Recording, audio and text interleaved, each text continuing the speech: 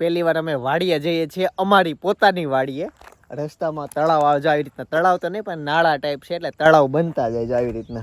બતક ને એવી રીતના અલગ અલગ પક્ષીઓ ઘણા દેખાય. આજનો વ્લોગ જોવાની તમને બહુ મજા આવવાની છે. પૂરો વ્લોગ છેલ્લે સુધી જોજો. અમારી વાડી બતાવીશું. અને જનક આવી ગયો જો ગાડી લઈને. રસ્તામાં એ તળાવ જોવા માટે અમે ઉભા રહ્યા હતા. અને હવે થોડીક વાર આમ તો ફોટોશૂટ કરશું, એટલે ફોટોગ્રાફી થઈ જાય પછી આપણે આપણી વાડીએ જશું. પહેલી વાર કેટલા બધા દિવસ તેમ દેશમાં આવી ગયા, ઘરે આવી ગયા, પણ ત્યાં નહોતા જતા.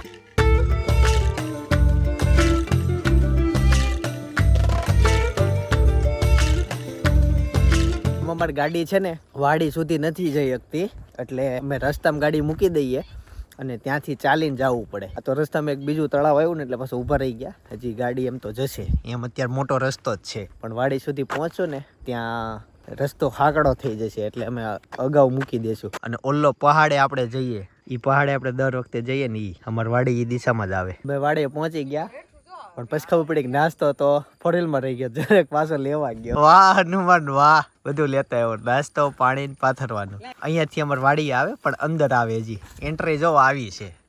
અને આમાં બાવળિયા એટલા બધા છે ને તે બાજુમાં સ્ક્રેચ પડી જાય, એટલે મોટી ગાડી અહીંયા સુધી ન આવી શકે. ટ્રેક્ટર આવી જાય, બંધ કરી દેવો છે. રોજ બોજ આવી જાય તો વાડીનો ડેલો જો આવો છે. ઢોર ખાલી સેજ અડે ને તો પડી જાય એવો. તો આવા ઘાસમાંથી હાલ્યું જવાનું, પછી વાડી આવે.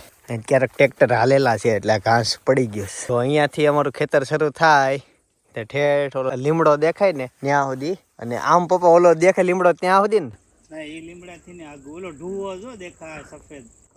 હા હા, જો સામે એક સફેદ ઓલું દેખાય ને ત્યાં સુધી. એટલું આઘું છે કે હું અહીંયા બતાવી નથી શકતો, ઝૂમી નથી થતું. આના પાછળ કૂવો છે, પણ જો કૂવા સુધી જવાય એવું જ નથી. આપણા ગામમાં બધા કપાસ જ વાવે કે સારો પાટ્યો નથી. સિંગ ને એવું બધું ઓછા વાવે, ખબર નહીં કેમ, કોઈ સારું જ ન વાવે. બસ જો આવડો અમારો કપાસ વગર પાયેલો.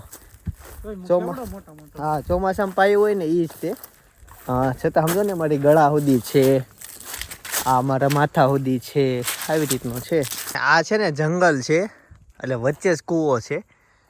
કૂવા ઉપર એ ઝાડવા આવી ગયા. કૂવો થોડોક મમ્મી દેખાય છે, મમ્મી ના પડે છે, પણ જવાનું જંગલ છે એટલે.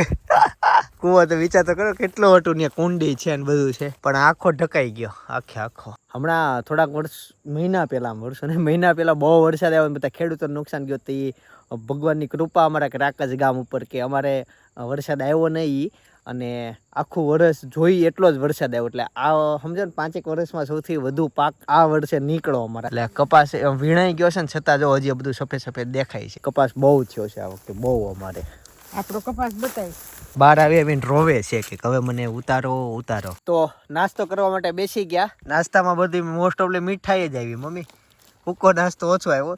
ઘૂઘરા છે, અડદિયો, આનું નાનખટાઈ, શક્કરપારા, કાજુ કતરી અને ગુંદ અને ગાંઠિયા, આટલી બધી મીઠાઈ.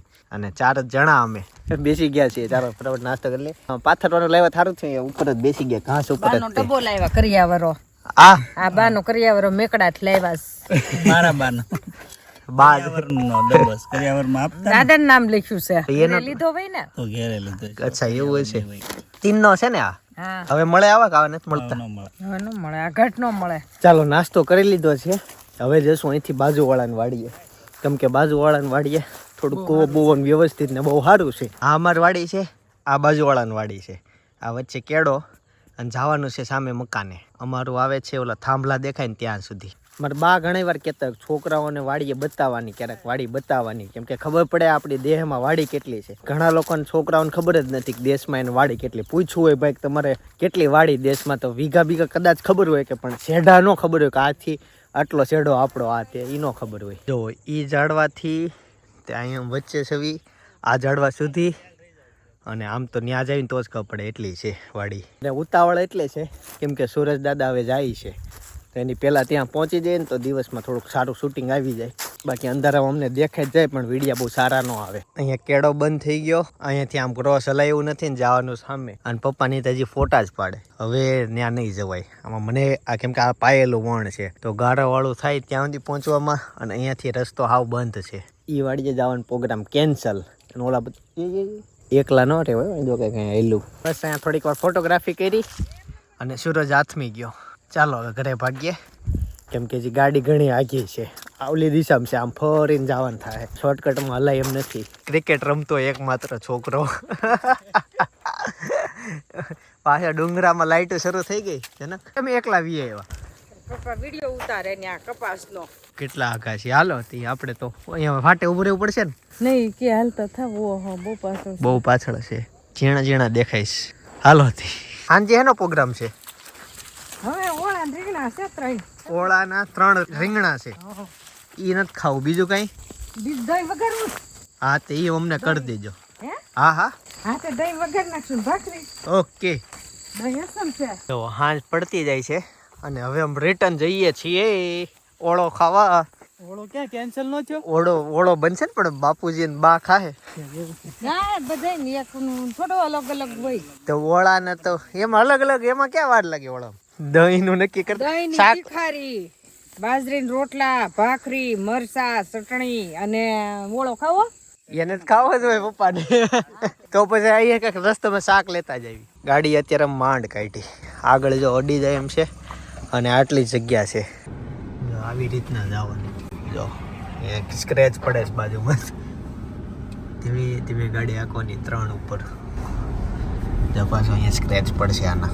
ગાડી બંધ પડી ગઈ તો આ બધા ખેંચીને અમને લઈ જઈશ. ઘરે પહોંચી ગયા. મેનુ ફરી ગયું.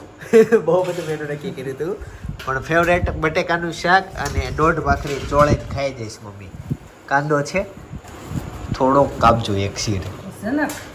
ભાખરી 20 આ બેની સાથે ચોળે. કાંદા 2 લેતો આવી ઓલા રસોડામાં દોરિયા. હાલો. અને દૂધ છે તાજું. આમાં મરચા છે. શાક બતાવી દીધું મસ્ત તમારું, ચોળીને ખવાય એવું. ગાઈસ તો ફાઇનલી મેં જમી લીધું છે અને જો જમ્યા પછી અમે આ જગ્યાએ બેસીએ. આ બધા મિત્રો છે સાથે અમે રોજ બેસી. કેમ છો? બસ મજામાં હો. મને લગભગ 5-6 દિવસથી કહે છે કે વિડીયોમાં આવો પણ મારા ટાઈમ જ નહોતો. તો આજે ભેગું થયું. સુરત ને તમે? સુરત. તમે તો અહીંયા ગામમાં. તમે સુરત? બધા સુરત. ઓકે. અમારું બ્લોગરનું કામ જ હોય કે કંઈક એક્સિડન્ટ થાય ને એટલે અમે પહોંચી જઈએ, કેમેરો શરૂ કરી દઈએ અને શૂટિંગ આખું લઈ લઈએ. હા એવું જ એકવાર અમારા ઘરે એક્સિડન્ટ થયું હતું. કઈ રીતનું થયું હતું એ જાણવું હોય ને તો બાજુનો બ્લોગ સજેસ્ટ કરું છું, જોતા આવજો. બાકી આવતીકાલે સવારે 9 વાગે હું પાછો આવી જઈશ. જય સોમનારાયણ, જય શ્રી કૃષ્ણ, જય યોગેશ્વર.